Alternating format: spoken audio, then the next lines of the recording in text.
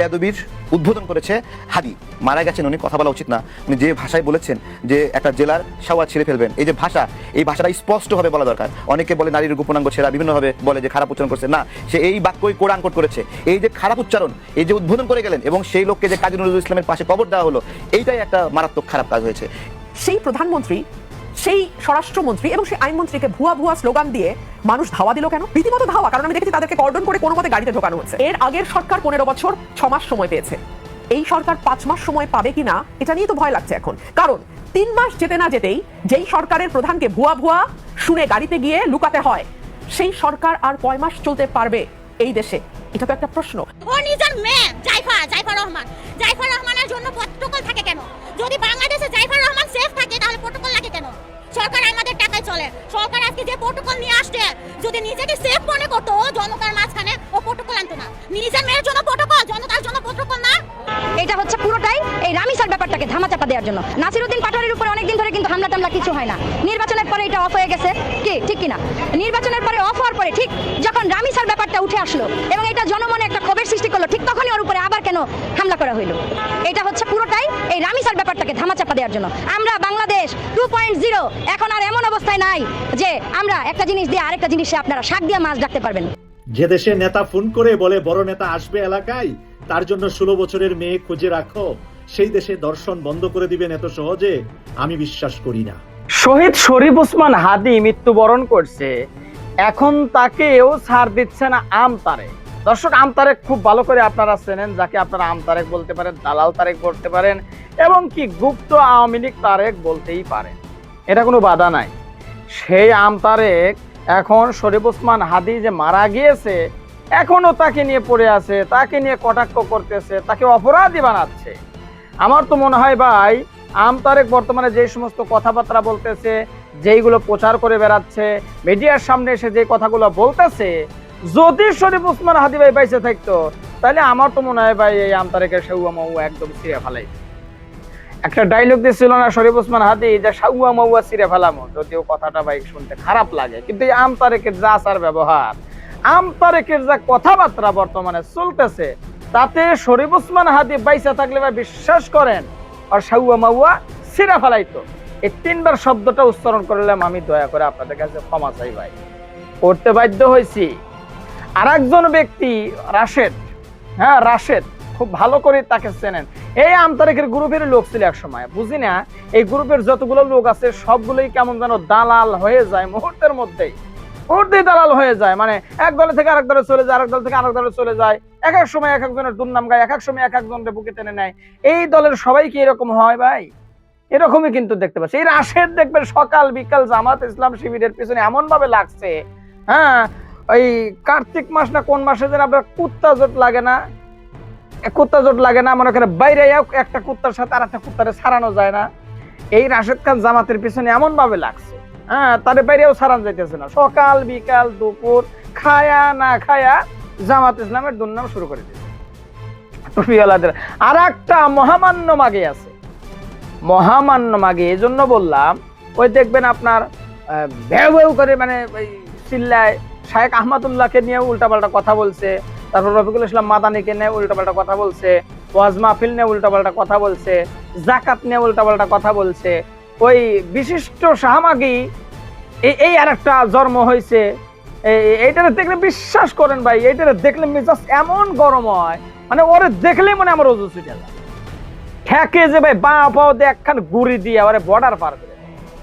আপনাদের কাছে কেমন লাগে জানি না, তবে আমার কাছে এইরকমই লাগে এইটারে দেখলে। হ্যাঁ, তো এবার আসলে আলোচনায় যাই। আমরা ভিডিও শুরুতে অনেকগুলো ছোট্ট ভিডিওর ক্লিপ দেখেছেন, কয়েকটা বিষয় নিয়ে আলোচনা করব। যেমন আমতারেককে নিয়ে আলোচনা করলাম, আপনারা বুঝতেই পারছেন আমতারেক বর্তমানে কি শুরু করছে, রাশেদ খান কি শুরু করছে। এবার আসুন, ব্যারিস্টার রুমিন ফারহান একটা কথা বলেছে যে এই বর্তমান বিএনপি সরকার 5 মাসও টিকতে পারবে না। এই কথাটা আসলে কেন বললো? এই যে রামিসা হত্যা হলো, রামিসাকে ধর্ষণ করার পর হত্যা করলো, এবং সেই রামিসার বাড়িতে গিয়েছিল কিন্তু বাংলাদেশের বর্তমান প্রধানমন্ত্রী জনাব তারেক রহমান এবং সালাউদ্দিন আহমেদ। ওনারা যখন যায় সেখানে এমন একটা পরিস্থিতি তৈরি হলো, সাধারণ জনগণ ভুয়া স্লোগান দিল এবং প্রটোকল দিয়ে অতি দ্রুত গাড়ির মধ্যে তুলে নিল প্রধানমন্ত্রীকে এবং স্বরাষ্ট্রমন্ত্রীকে আইন শৃঙ্খলা রক্ষাকারী বাহিনী। দেখেন মাত্র 3 মাসের প্রধানমন্ত্রীকে যদি মানুষ তার কাছে থেকে চারিপাশ থেকে 3 মাসের স্বরাষ্ট্রমন্ত্রীকে যদি চারিপাশ থেকে এইভাবে ভুয়া ভুয়া স্লোগান দেয়, তারা যে অক্ষম এটা যদি প্রমাণ করতে চায়, তাহলে কিভাবে তারা আগামী 5 বছর দেশ চালাবে? এজন্যই ব্যারিস্টার রুমিন ফারহানা বলছে যে 5 মাসও টিকতে পারবে কিনা সন্দেহ। অর্থাৎ ব্যারিস্টার রুমিন ফারহানা কিন্তু বিএনপিতে এক সময় ছিল, ওনাকে বিএনপিতে মনোনয়ন দেয়নি, যার কারণে উনি আলাদাভাবে নির্বাচন করেছিলেন, উনি জয়ীও হয়েছে। তো ব্যারিস্টার রুমিন ফারহানাকে যতটুকু আমরা চিনি বা যতটুকু দেখেছি, আওয়ামী লীগের আমলে কিন্তু তিনি এমপি হয়েছিল এবং সংসদে গিয়েছিল, এবং আওয়ামী লীগের মুখের উপরে সবসময় ঝাঁটার বাড়ি দিয়েছে বুকে সাহস রেখে। এটা আমরা দেখেছি ব্যারিস্টার রুমিন ফারহানা কতটা সাহসী, এটা কিন্তু মোটামুটি সব জনগণই জানে। এবার আসুন আরেকটা বিষয়, একজন আম পাবলিক, আপনারা ভিডিও শুরুতে দেখেছেন, তিনি বলেছে যে জাইমা রহমান অর্থাৎ প্রধানমন্ত্রীর মেয়ে, তিনি যেখানে যান তাকে প্রোটোকল দিতে হয়। যদি এতই সাহস থাকে যে দেশের ভিতরে ধর্ষণ গুম কিচ্ছু হবে না, তাইলে আপনার মেয়েকে প্রোটোকল দেন কেন? একা একা ছেড়ে দেন। আমরা সাধারণ মানুষ যেভাবে চলাফেরা করি সেইভাবে যাইতে দেন। দেখেন তো আপনার মেয়ে ধর্ষিত হয় কিনা বা ধর্ষণ থেকে বাঁচতে পারে কিনা। এমন একটা প্রশ্ন করে বসেছে একটা মেয়ে। এখন এই প্রশ্ন করাটা বা এই বিষয়টি আপনারা কোন ভাবে দেখছেন? মানে প্রধানমন্ত্রী মেয়ের সাথে তো সবসময় প্রোটোকল থাকে, সবসময় গার্ড থাকে। একটা মানুষ যে তার দিকে কুনজরে তাকাবে বা তাকে আক্রমণ করবে বা তাকে হেনস্থা করার চিন্তা করবে, অসম্ভব ভাই, কোনো প্রকারই সম্ভব না, কারণ তার চারিদিক দিয়ে মানুষ থাকে। এটাই কিন্তু সেই মেয়েটি বোঝানোর চেষ্টা করছে যে তার চারিদিক দিয়ে আপনারা প্রোটোকল লাগায়া দেন, নিজের মেয়েরে সেভ করেন, কিন্তু দেশের ভিতরে এটা সেভ করতে পারেন না কেন? দর্শক আসলে দেখেন, মানুষের মুখ কিন্তু বন্ধ করা যায় না। একটা দেশের সরকার ততক্ষণ পর্যন্ত মানুষের কলিজার ভিতরে জায়গা করে নিতে পারবে যতক্ষণ সাধারণ মানুষ জনগণ শান্তিতে বসবাস করতে পারবে। একটা দেশের মানুষ যতক্ষণ অশান্তিতে বসবাস করবে, দেশে চলাফেরা করতে পারবে না, খাওয়া দাওয়া সব উল্টাপাল্টা হয়ে যাবে। মনে করেন বাজারে সবকিছু দাম বৃদ্ধি হয়ে যাবে, রাস্তাঘাটে চলাফেরা করতে গেলে হেনস্থার শিকার হতে হবে, মা বোনেরা রাস্তায় বের হলে ধর্ষণের শিকার হতে হবে, ছোট্ট ছোট্ট বাচ্চাগুলো যে ধর্ষণের শিকার হতে হবে। এরকম ভাবে যদি চলতে থাকে, একটা দেশের সরকার ব্যর্থ প্রমাণিত হবে এবং সেই সরকার কোনোদিনও মানুষের মনে জায়গা করে নিতে পারবে না। তো এই জন্যই কিন্তু আসলে সরকারকে দোষারোপ করবে, কারণ একটা বাড়ির গার্জিয়ান যদি দুর্বল থাকে, সেই বাড়িতে কিন্তু সব বিশৃঙ্খল সৃষ্টি হয়, এবং বাড়ির গার্জিয়ান যখন শক্ত থাকে, বাড়ির সব সদস্যরাও সাবধান হয়ে যায়, শক্ত হয়ে যায়, সতর্ক হয়ে যায়, তখন কিন্তু ওই গার্জিয়ানের নামে কোনো দুর্নাম আসে না। আপনার সন্তান যদি একটা অপরাধ করে আসে, দেখবেন যে আপনার সন্তানকে ধরার আগে আপনাকে আগে ধরবে, যে মেয়ে আপনি সন্তান ঠিকভাবে লালন পালন করতে পারতেছেন না, আপনার সন্তান কিভাবে গিয়ে অন্য জায়গায় গিয়ে উল্টাপাল্টা কাজ করে। ঠিক সেই রকম বাংলাদেশের সরকার যদি দেশ পরিচালনা সঠিকভাবে করতে না পারে, তাহলে কিন্তু সরকারকেই দোষারোপ করবে সাধারণ জনগণ, কারণ মুখ বাই আটকান যায় না। আরেকটা বিষয়, এই যে আপনারা ভিডিওর অংশ বিশেষ দেখেছেন যে কি বলে আপনার রামিসা হত্যাকাণ্ড চাপা দিতেই নাকি নাসিরউদ্দিন পাটোয়ারির উপরে হামলা করা হয়েছে। এই ঘটনাটা অর্থাৎ উনি বোঝানোর চেষ্টা করেছে যে মাছ দিয়ে শাক ঢাকার চেষ্টা করা হচ্ছে। এই রামিসা হত্যাকাণ্ডর ঘটনা, মানে ধর্ষণের ঘটনা তো ভাই অনেক জায়গায় হচ্ছে, প্রতিনিয়ত হচ্ছে ভাই। এই যে ধর্ষণ বলৎকার আল্লাহর 30টা দিন হচ্ছে, সকাল বিকাল যখনই নেটে ঢুকি নতুন নতুন খবর সামনে আসতেছে, এটা হচ্ছে ভাই। কিন্তু রামিসার ঘটনাটা হঠাৎ করেই এমন ভাই ভাইরাল হয়ে গেল, তোলপাড় সৃষ্টি করলো। সেই একই দিনে কিন্তু ধর্ষণ আরো 3-4 জায়গায় হয়েছে, ওগুলো কিন্তু অত ভাইরাল হয় না, কিন্তু রামিসার বিষয়টা ভাইরাল হয়েছে। তো দেখেন, এই যে ধর্ষণ একের পর এক হচ্ছে, এটা নাকি ঢাকার জন্যই নাসিরউদ্দিন পাটোয়ারির উপরে হামলা করা হয়।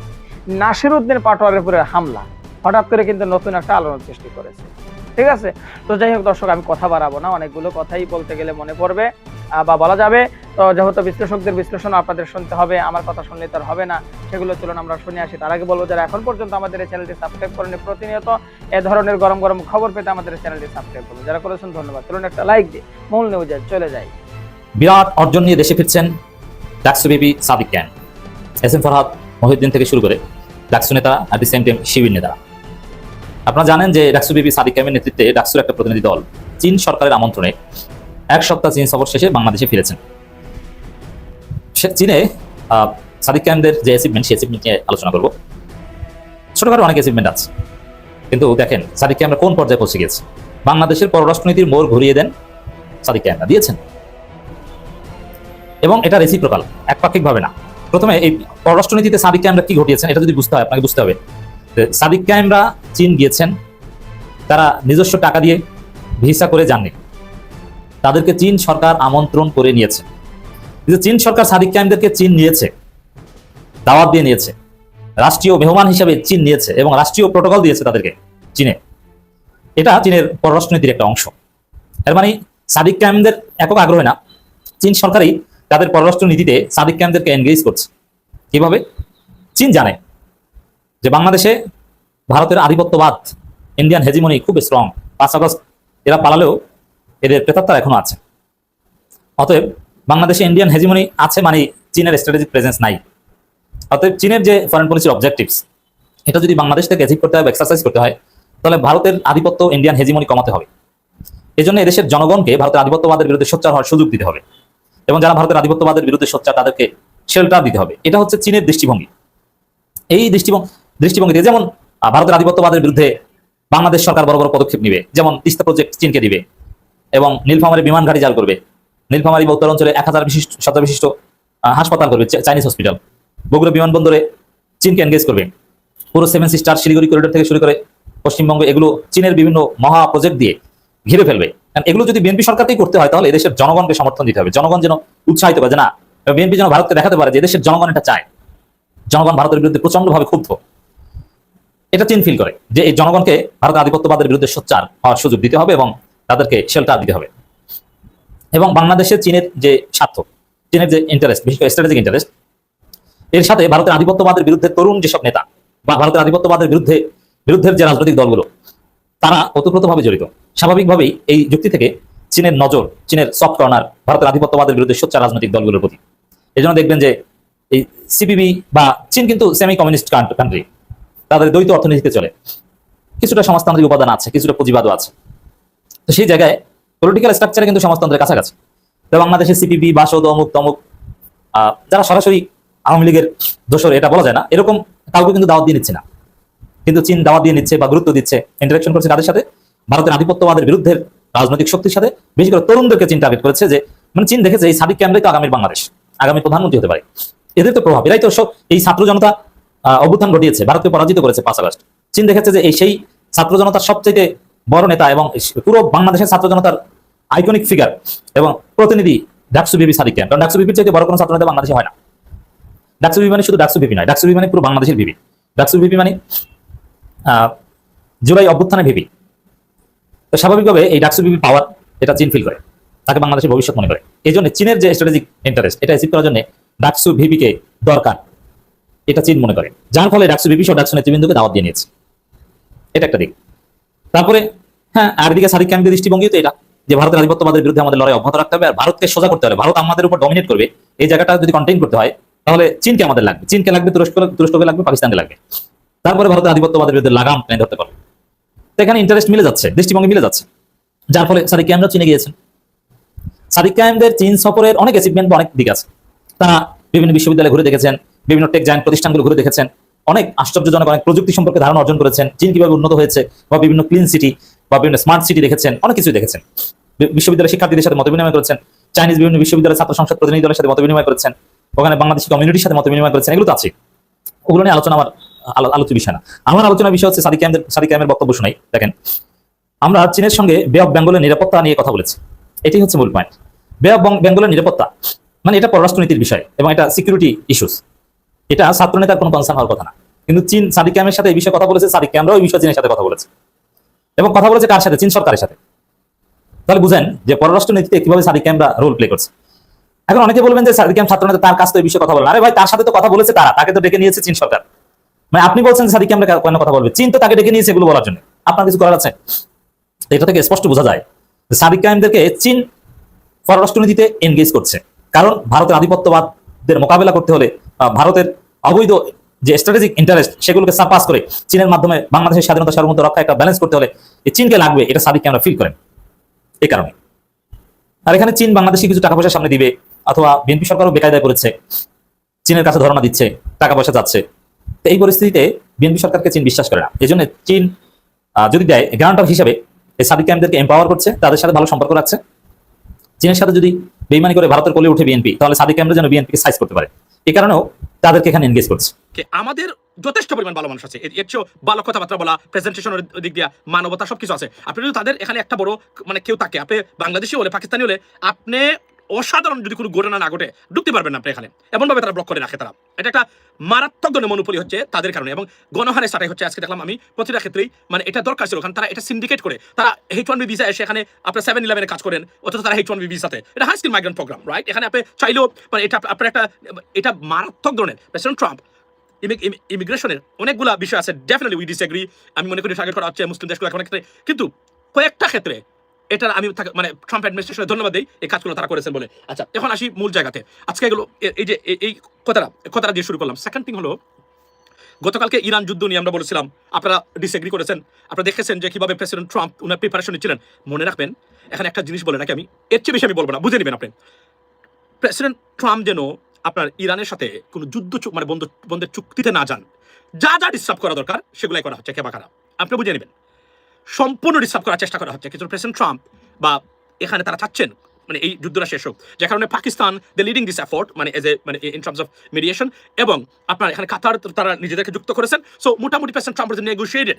অন দ্য আদার হ্যান্ড আপনার দাঁড়িয়ে 2 দিন ধরে আমরা দেখেছি যে মারাত্মক ধরনের স্ট্রাইক করার জন্য ইরানের উপরে তার প্রচেষ্টা চলছে একটা গ্রুপ থেকে, কিন্তু টপ লেভেলে বিশেষ করে মানে আপনারা জানেন তো যে এখানে সবচেয়ে বলে রাখি, দেখুন ঘুরে ফিরে আমেরিকানরাই কিন্তু এই যুদ্ধ বন্ধের জন্য সবচেয়ে বড় ভূমিকা বা কার্যকরী মানে ভূমিকা বর্তমানে রাখছে। কিভাবে যুদ্ধ বন্ধের যে ওয়ার রেজলিউশন যে ল আনছিলেন তারা কংগ্রেসের সেনেটে, সেটা উজ্জ্ব করেছেন, কংগ্রেসে উজ্জ্ব করেছেন। ওয়াই? বিকজ আমেরিকান মানে মোটামুটি রিপাবলিকানরাও যুদ্ধ বন্ধের মানে পক্ষে মানে ওয়ার পাওয়ারের যে রেজলিউশন সেটাতে ভোট দিচ্ছেন, প্রেসিডেন্ট ট্রাম্পের বিরুদ্ধে যাচ্ছে বা ট্রাম্প মানে গভর্নমেন্টের বিরুদ্ধে যাচ্ছে, যে কারণে তারা এই লটা উজ্জ্ব করেছেন। মানে হাউস স্পিকার মাইক জনসন তারা মনে করেন যে এই যদি লটা পাস করতে পারবেন না, তারা মানে বাতিল করার জন্য যে এফোর্ট দিচ্ছেন তারা করতে পারবে না, এটা পাস হয়ে যাবে। সুতরাং তার এই লটাই মানে আইনটাই তারা মানে এখান থেকে উজ্জ্ব করে ফেলেছেন, যেন আর এটা মানে হাউস ফ্লোরে না যায় ভোটাভুটির জন্য। So think about it. This is going on. This is happening in the United States, ladies and gentlemen. So এটা এবং এই এখন পর্যন্ত এখন বলা রাখি যে এই যুদ্ধে আমি look, I'm not a great fan of Iranian regime, definitely, but তারা টিকে গেছে তাদের মানে যে কোনভাবে, এবং এই টিকে যাওয়াতে আমাদের পার্শ্ববর্তী একটা দেশের মারাত্মক ক্ষতি, তারা এটা মেনে নিতে পারে না। বিকজ তাদের মনে উচ্চাবিলাস ছিল এক সময় তারা একটা পাওয়ার পাবেন, এভাবে চোখ বুঝে আপনি একটা পাওয়ার পাবেন। এখান থেকে একটা ইকুয়েশন আছে, এটা আমি ডিসকাস করতে চাচ্ছি না এখন। এই আপনার ইকুয়েশন আছে, তারা পাস করবেন, তারা বাংলাদেশকে দখল করবেন, বাংলাদেশকে নিয়ে নেবেন, বাংলাদেশকে প্রেশার ক্রিয়েট করবেন, শেখ হাসিনাকে বাংলাদেশে আনবেন, আবার তাদের দাসী, আবার তাদের দাস, আবার তাদের এজেন্টে বাংলাদেশে প্রতিস্থাপন করবেন। যদিও আমাদের যারা বাংলাদেশকে রক্ষা করবেন অন দ্য গ্রাউন্ড, তারা একে অপরের প্রতি মাংস খাচ্ছেন। তারা আজকে দেখলাম রাশেদ প্রধানের বাড়িতে ইট মানে পাথর নিক্ষেপ করা হচ্ছে, এদিকে আমাদের গণ অধিকারের পক্ষে রাশেদ মানে তীব্র মানে বাণী ছড়িয়েছে। আমি জানি না এরা কতটা অপাঙ্ক্ত পলিটিশিয়ান এবং কি ধরনের রাজনীতি এরা করতেছেন। রীতিমতো কি বলবো আমি আপনাকে, মানে দেশটা গৃহযুদ্ধের দিকে ভারত ছেড়ে দিবে কিনা, এটাই আমি এখন মানে আমার দেখার বিষয় যা চলছে এই মুহূর্তে।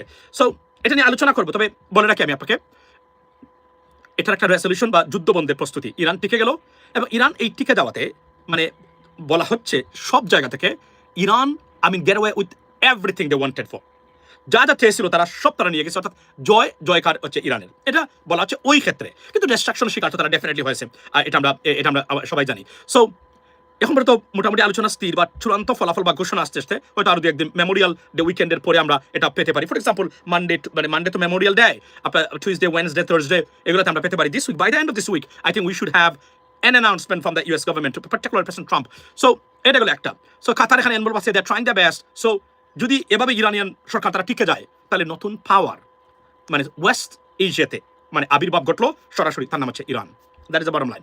এটা এ বিষয়ে কোনো সন্দেহ নাই। এটা আপনি মানে এটা নির্দ্বিধায় আপনি বলতে পারবেন যেটা হয়েছে, এটা হিতে বিপরীত হয়ে গেল কিনা। আমরা এই যুদ্ধ শুরু করে ফলাফল যা আনার কথা ছিল, যদিও মানে আপনার ইসরায়েলি গভর্নমেন্ট তারা চাচ্ছে না, তারা চান desperately to restart the war, to more destruction in Iran. তারা চাচ্ছেন যে কোনোভাবে ইরানিয়ান রেজিমকে কিছু করা যায় কিনা। নাও তো ভারতের এখানে মূল সাবজেক্ট হলো, এবং এদিকে আমাদের অভিনেত্রী, তথাকথিত অভিনেত্রী, ভারতীয় দাসী যারা আছেন, মানে কালচারাল ফেসেস যে নামদারি যারা আছেন, এর মধ্যে একজন অভিনেত্রী থানিন। এই থানিন করেছে কি, বলছে যে এই যে শিশু রামিসার মানে দর্শনের ঘটনাকে কেন্দ্র করে বা রেফারেন্স টেনে সে বলছে যে দেশে মানে সাউ মাউ সিরে ফেলবো, মনে আছে মানে বলছিল আপনার মানে হাদি, সেই ব্যক্তিকে জাতীয় বীর ঘোষণা করা হয়, সে দেশে দর্শন হবে না তো কি হবে? প্রশ্ন হলো, দর্শন কি এই সরকারের আমলই হচ্ছে? আমি যদি স্ট্যাটিস্টিক্স দেখি, গত সরকারের আমলে তো কোনো তথ্য বের করতে পারে নাই। ঘটনা দামাচাপা দেওয়া ছিল অন্যতম, অর্থাৎ সরকার না চাইলে তথ্য প্রকাশ করবে না, কারণ বাপের ক্ষমতা ছিল না গত সরকারের সময়, রাইট? এর মধ্যে বিভৎস ঘটনা আমরা সুবর্ণচরের এই যে ভোট দেওয়ার কারণে যে মানে একজন মহিলাকে যে গণদর্শনের শিকার যুবলীগ নেতার দ্বারা, এগুলো আমরা সবই জানি, রাইট? এটা তো একটা না, অনেকগুলো ঘটনা আছে। তো সে বলছেন ঘুরে ফিরে তারা হাদিকে কেন টার্গেট? কারণ হাদি বাংলাদেশকে মানে রক্ষার জন্য অন দ্য গ্রাউন্ড একজন বীরের মানে জন্ম হয়েছিল। গত 54 বছরে একজন হাদির মতো মানে আসে নাই বাংলাদেশে।